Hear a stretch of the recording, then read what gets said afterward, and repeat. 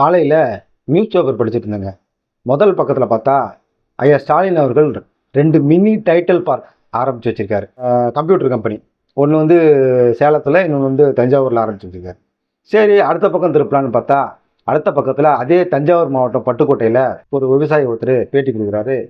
எங்கள் ஊரில் ஒரு ஏரி இருக்குது, வருஷம் மழை பெய்யுது, ஆற்றுல தண்ணி போகுது, எவ்வளோ வெள்ளம் வந்தாலும் எங்கள் ஊர் ஏரிக்கு தண்ணியே வரமாட்டேங்குதுங்க அப்படின்றாரு. நான் எத்தனையோ பேருக்கு மனு கொடுத்து பார்த்தாச்சு, எம்எல்ஏ கிட்ட சொல்லியாச்சு, எம்பி கிட்ட சொல்லியாச்சு, ஆனால் எங்கள் ஏரிக்கு தண்ணியே வர மாட்டேங்குதுங்க.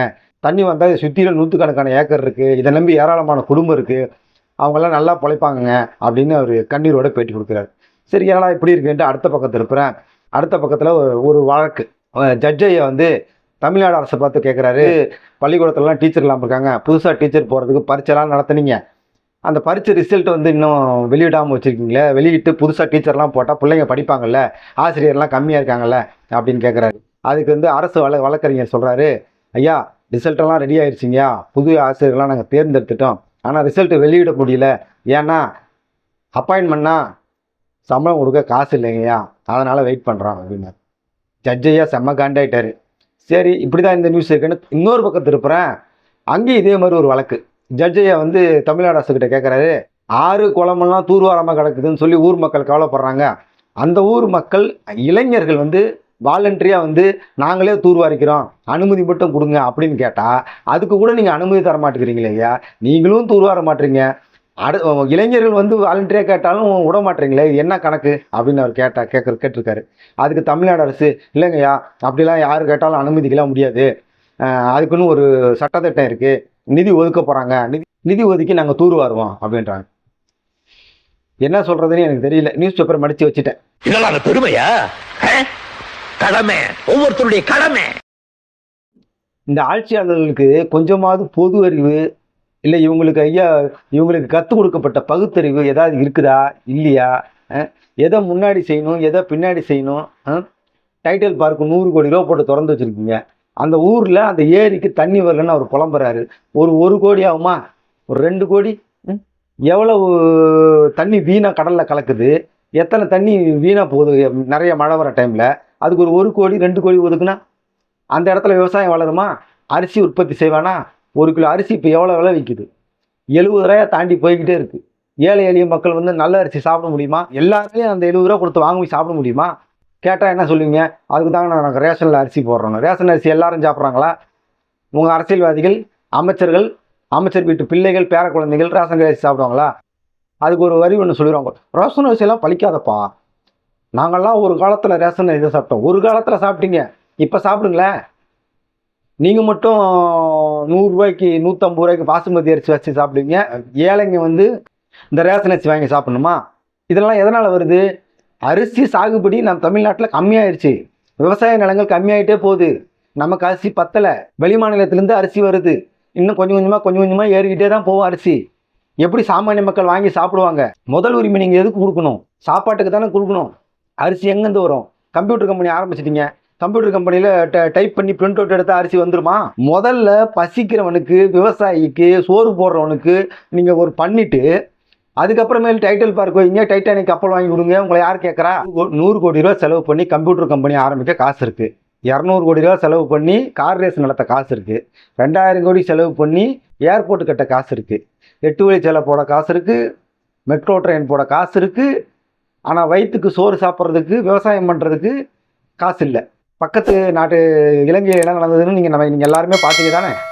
இதெல்லாம் பொதுமக்கள் பார்க்குறாங்களா? ஓட்டு போடுற மக்கள் பார்க்குறாங்களா இல்லைன்னே தெரிய மாட்டேங்குது.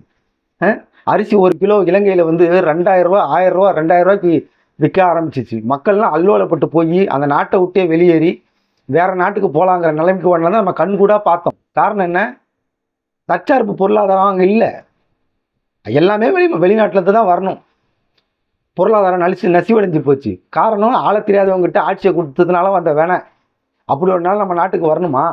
மக்களுக்கு முதல்ல என்ன வேணும், ஏழைகளை எப்படி முன்னேற்றணும், அதுக்கு முதல்ல செய்வோம், அப்புறம் மற்றதெல்லாம் பார்ப்போம் அப்படிங்கிற உணர்வு இவங்களுக்கு வரவே மாட்டேங்குதே. எனக்கு இன்னொரு கோவங்க, 200 கோடி ரூபா போட்டு கார் ரேஸ் நடத்துகிறாங்க, இப்படி பண்ணுறாங்க, அப்படி பண்ணுறாங்க, ஏழை மக்கள் இப்படி கதறாங்க. இந்த கூட்டணி கட்சிகள்லாம் ஒரு வார்த்தை பேச மாட்டாங்க. இந்த கம்யூனிஸ்ட்டு, காங்கிரஸ், விடுதலை சிறுத்தை கட்சி ஒரு வார்த்தை இப்படிலாம் இருக்குது, விவசாயம் அழிஞ்சிட்டு போகுது, இதெல்லாம் இப்போ தேவைங்களா? கார் ரேஸ் தேவையா? கார் ரேஸ் ரொம்ப வேணும். கார் ரேஸ் இருந்தால் தான் வெளிநாடெல்லாம் பார்த்தா நம்மளை வந்து மதிப்பான். சென்னை பெருசாக வளர்ந்துரும். இந்த இந்த எதுக்கு இந்த இந்த இந்த கூட்டணி கட்சி தலைவர்களுக்கு வந்து தம்பி உதயநிதி வந்து துணை முதலமைச்சர் ஆகிறதுக்கு வந்து இது தகுதியான ஆள் தான் அப்படி சொல்றதுக்கு நேரம் இருக்கு. ஜால்ரா அடிக்கிறதுக்கும் ஒத்து ஊதுறதுக்கு தான் நேரம் இருக்கு. எதுக்கு உங்க கூட்டணி கட்சிகளுக்கு தனித்தனி கட்சி? உங்களுக்கு எதுக்கு கட்சி? உங்களுக்கு ஒரு சின்னம், உங்களுக்கு ஒரு தொண்டர்கள், உங்களுக்கு ஒரு லெட்டர் பேடு. இந்த லெட்டர் பேடு என்னைக்காவது வந்து விவசாயத்துக்காகவும் பட்டினி கிடக்கிறவங்களுக்காகவும் இந்த இந்த அரசுகள் வந்து இப்படி நடந்துக்குது, பொறுப்பு இல்லாமல் நடந்துக்கிறாங்களே, இந்த விவசாயி இப்படி அடறானே, இப்படி பேட்டி கொடுக்குறானே, என்னைக்காவது அந்த லெட்டர் பேடில் நீங்கள் எழுதிருக்கீங்களா? அந்த லெட்டர் பேட் எதுக்கு யூஸ் ஆகுது? திருப்பதி விஐபி தரிசனம் பெற ரெக்கமெண்டேஷன் லெட்டர் கொடுக்க தவிர அந்த லெட்டர் பேடு ஒன்றுத்துக்கும் யூஸ் ஆக மாட்டேங்குது. உண்மையாக சொல்கிறேன், ரொம்ப கோவம் வருது. இந்த இந்த கூட்டணி கட்சிங்க வந்து 2 சீட்டுக்கு 3 சீட்டுக்கும் இவங்க கார் ரேஸ் நடத்தினாலும் சரி, எந்த ரேஸ் நடத்தினாலும் சரி, எத்தனை கோடி வீணாக செலவு பண்ணாலும் சரி, எதுவுமே பேச மாட்டாங்க. பேசாமல் கட்சியை கலைச்சிட்டு ரியல் எஸ்டேட் பிஸ்னஸ் செய்யலாம் அந்த கூட்டணி கட்சியெல்லாம். அந்த வேலை தான் நடக்குது. இப்போ என்ன சொல்கிறது? இல்லை ஆட்சி தான் நடக்குதா, இல்லை வந்து அரச மர தடையில் வந்து கூட்டம் நடத்தி கட்ட பஞ்சாயத்து நடக்குதான்னு ஒன்றுமே புரிய மாட்டேங்குது. ஒரு இளைஞர்கள் வந்து தன்னெழுச்சியாக வந்து இந்த தூர்வாடுறேன்னு சொல்கிறான். ஒரு ஒரு ஒரு ஒரு வாய்க்கால ஏரிய தூர்வாரன்றான். அவனை வந்து தூர்வார விட மாட்டேறீங்க. காரணம் என்ன? ரேட்டு படியில் கமிஷன் உங்களுக்கு கிடைக்காது. அரசாங்கம் வந்து ஒரு 10 கோடி 20 கோடி ஒதுக்கும். அதில் நீங்கள் கொஞ்சம் ஒதுக்கணும். அவன் சாப்பிட இவன் சாப்பிட கீழே இருந்து மேலே வரைக்கும் எல்லாம் திங்கிறதுக்கு சரி வராது. இளைஞர்கள் தூர்வாரிட்டு அவங்களுக்கு அதெல்லாம் சம்பாதிக்க முடியாது. அதானே உங்கள் பிரச்சனை. அப்புறம் அந்த தூர்வார மண்ணெல்லாம் கொண்டு விற்கணும். நாடு நல்லா இருக்கணும், கிராமம் நல்லா இருக்கணும், மக்கள் நல்லா இருக்கணுங்கிற எண்ணம் கீழதிகாரிலேருந்து மேலதிகாரி வரைக்கும் எவனுமே கிடையாது, எவனுக்குமே கிடையாது. நீங்களும் தூர்வார மாட்டீங்க, வர்றவனையும் தூர்வார விட மாட்டீங்க. அப்புறம் நாடு எப்படி உருப்படும்? இல்லை. எது கேட்டாலும் நிதி இல்லை. அரசு பள்ளி ஆசிரியர்களுக்கு காசு சம்பளம் கொடுக்க நிதி இல்லை. அரசு பள்ளிக்கூடங்கள்லாம் பார்த்தீங்கன்னா அப்படியே நிறைய பள்ளிக்கூடங்கள் வந்து ரொம்ப மோசமான நிலையில் இருக்குது.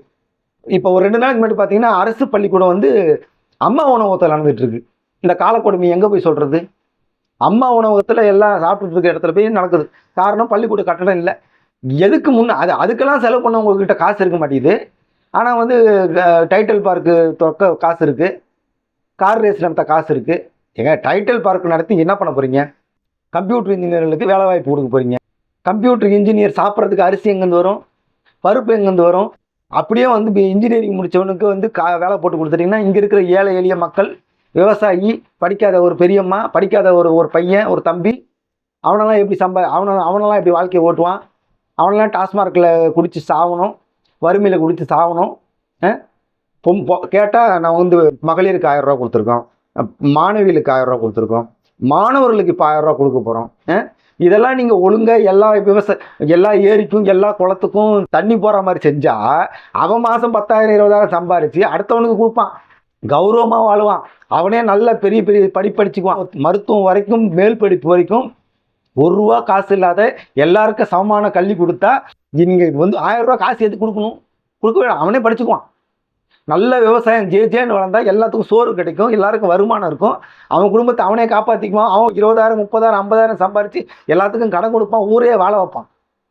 ஆனால் நீங்கள் அவனுக்கு 1000 ரூபா கொடுத்து அவன் வாயை அடைச்சிடுறீங்க, இலவச அரிசின்னு கொடுத்து அவன் வாயை அடைச்சிடுறீங்க, எலெக்ஷன் டைம் வந்தால் இன்னும் இலவசத்தை கொடுத்து வாயை அடைச்சிடுறீங்க. என்ன சொல்கிறதுன்னு எனக்கு ஒன்றும் புரியல. ஒரு 57 பொருளாதார குழு வேறு முதலமைச்சரை சுற்றி அவருக்கு ஆலோசனை சொல்கிறதுக்கு குழு, பொருளாதார குழு, தகவல் தொடர்பு குழு எல்லாம் குழு தான். இப்போ பொருளாதார குழுவில் என்ன தான் பண்ணுறாங்க, என்ன ஆலோசனை கொடுக்குறானே தெரியல. விவசாயத்தை பற்றி அவனா ஏதாவது ஆலோசனை கொடுப்பானா கொடுக்க மாட்டானான்னு தெரியல. அரிசியெல்லாம் எப்படி அமெரிக்காலேருந்து வாங்கிக்கலாமா?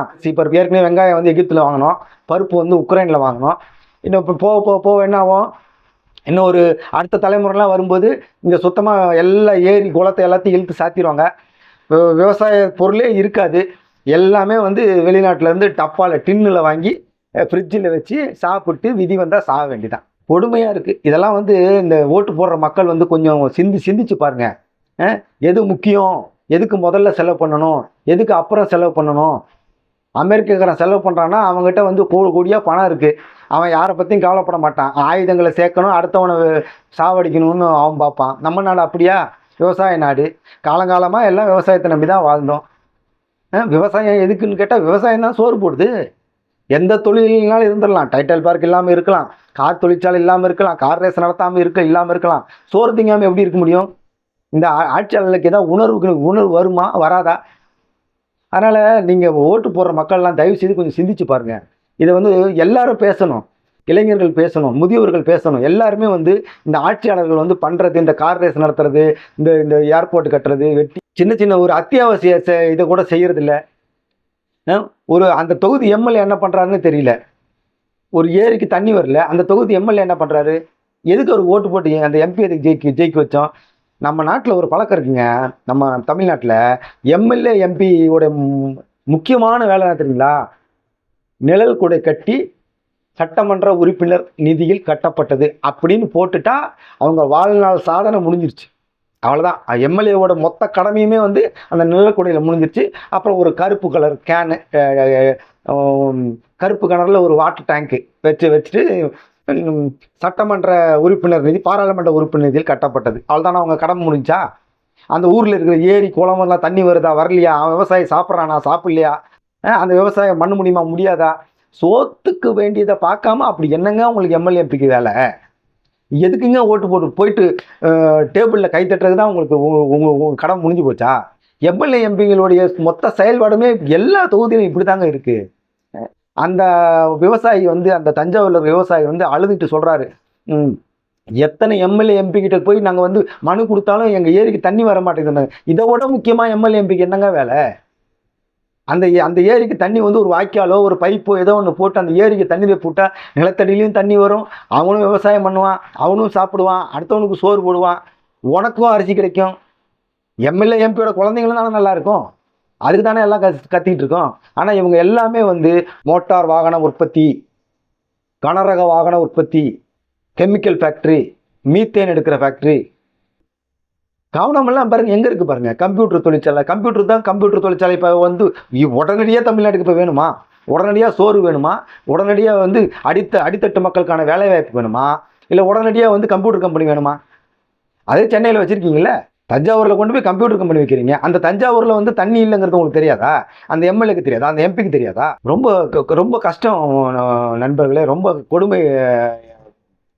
அந்த ஓட்டு போட்ட மக்கள் தான் இதெல்லாம் சிந்திக்கணும். இந்த கூத்தெல்லாம் நீங்கள் பார்த்து மற்றவர்களுக்கு சொல்லுங்கள்.